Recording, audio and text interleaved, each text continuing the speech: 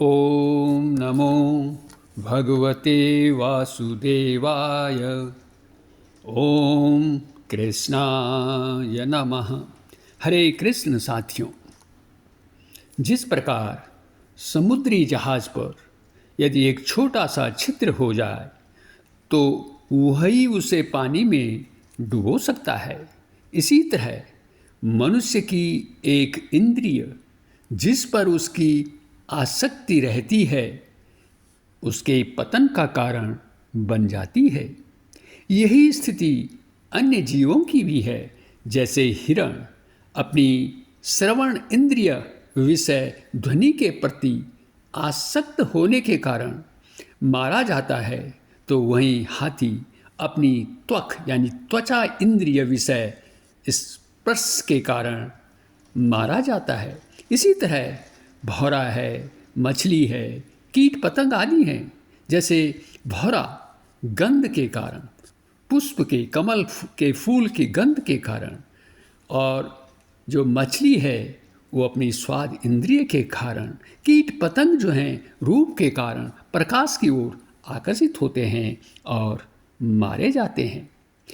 तो फिर उस मनुष्य की क्या स्थिति होगी जो अपनी पांचों इंद्रियों के विषयों से उपभोग करता है, जबकि वे पशु पक्षी जो अपनी एक एक इंद्रिय विषय के कारण ही अपनी जान को गंवा बैठते हैं, तो मनुष्य तो अपनी पांचों इंद्रियों से उपभोग करता आ रहा है। तो साथियों, इस संबंध में भगवान श्री कृष्ण क्या कह रहे हैं, सुनिए यह श्लोक।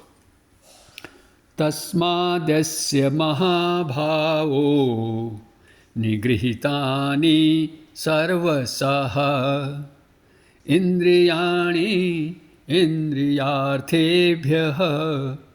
तस्य प्रज्ञा प्रतिष्ठिता। अर्थात भगवान कह रहे हैं कि हे अर्जुन, जिस मनुष्य की इंद्रियां सभी इंद्रिय विषयों से पूर्णतः वश में होती हैं, उसकी बुद्धि स्थिर होती है। अब हम इस श्लोक की विस्तृत व्याख्या करेंगे। भगवान इस श्लोक में अर्जुन को महाभाहो से संबोधित कर रहे हैं। महाभावो उसे कहते हैं जिसकी भुजाएं बलिष्ठ हैं, लंबी हैं, और यह सूरवीरता को दर्शाता है। अतः भगवान कह रहे हैं कि हे अर्जुन, तुम सूरवीर हो, तुम शत्रुओं पर विजय प्राप्त कर सकते हो, इसलिए तुम अपनी समस्त इंद्रियों को संयमित कर सकते हो। मनुष्य की इंद्रियां साथियों अनेक जन्मों से अपने अपने विषयों का उपभोग करती आ रही हैं, इसलिए इंद्रियों के प्रति आसक्ति होना तो स्वाभाविक ही है। जब तक यह आसक्ति समाप्त नहीं होगी, तब तक इंद्रियों को उनके विषयों से सर्वथा बस में नहीं किया जा सकता। इंद्रियां इतनी शक्तिशाली होती हैं कि वे मन को अपनी ओर खींच लेती हैं, आकर्षित कर लेती हैं, और मन जो है वो बुद्धि पर हावी हो जाता है। इस प्रकार बुद्धि जो है हमारी, वो हमें हमारे आध्यात्मिक मार्ग से रास्ता हमारा भटका देती है। इंद्रियां अब बस में कैसे होंगी? इंद्रियां तभी बस में होंगी जब बुद्धि आध्यात्मिक ज्ञान से दिव्य होगी और इंद्रियां भगवान की दिव्य प्रेमा भक्ति में प्रवृत्त होंगी। जिस प्रकार शत्रुओं का नाश एक श्रेष्ठ सेना के द्वारा ही किया जा सकता है, उसी तरह इंद्रियों पर नियंत्रण भी केवल मनुष्य के प्रयासों से नहीं हो सकता।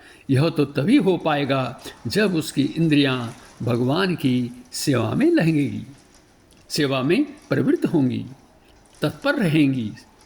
इसलिए साधक को दृढ़ता से यह निश्चय कर लेना चाहिए कि मेरा लक्ष्य केवल और केवल है परमात्मा की प्राप्ति करना, न कि भोगना और संग्रह में लगे रहना, इकट्ठा करते रहना भोग सामग्री को। यदि ऐसी सतर्कता, सावधानी साधक में निरंतर बनी रहेगी, तो उसकी बुद्धि स्थिर हो जाएगी। अब यहाँ पर एक प्रश्न उठता है साथियों कि क्या जो स्थित प्रज्ञ होता है, जिसकी बुद्धि स्थिर हो जाती है, वह क्या भोग नहीं करता? वो इंद्रिय विषयों का सेवन नहीं करता? नहीं, वह करता है, लेकिन उसका जो इंद्रिय विषयों का सेवन है वो शास्त्र के अनुकूल होता है और वह उन्हीं विषयों का सेवन करता है जो उसके जीवन निर्वाह के लिए आवश्यक होते हैं। अतः इस श्लोक से हमें ये शिक्षा मिलती है कि हमें भी अपनी इंद्रियों का दुरुपयोग नहीं करना चाहिए, उनका सदुपयोग करना चाहिए और उन्हीं पदार्थों का हमें संग्रह करना है जो हमारे जीवन के लिए आवश्यक हैं। अनावश्यक वस्तुओं के संग्रह से हमें बचना चाहिए। साथियों, वीडियो देखने के लिए आपका बहुत बहुत धन्यवाद। कृपया इसे शेयर करें, लाइक करें और इस चैनल को सब्सक्राइब भी करें। अगले वीडियो में फिर आपसे भेंट होगी और जानेंगे कि ज्ञानी व्यक्ति और अज्ञानी व्यक्ति में क्या अंतर होता है। पुनः आपका बहुत बहुत धन्यवाद।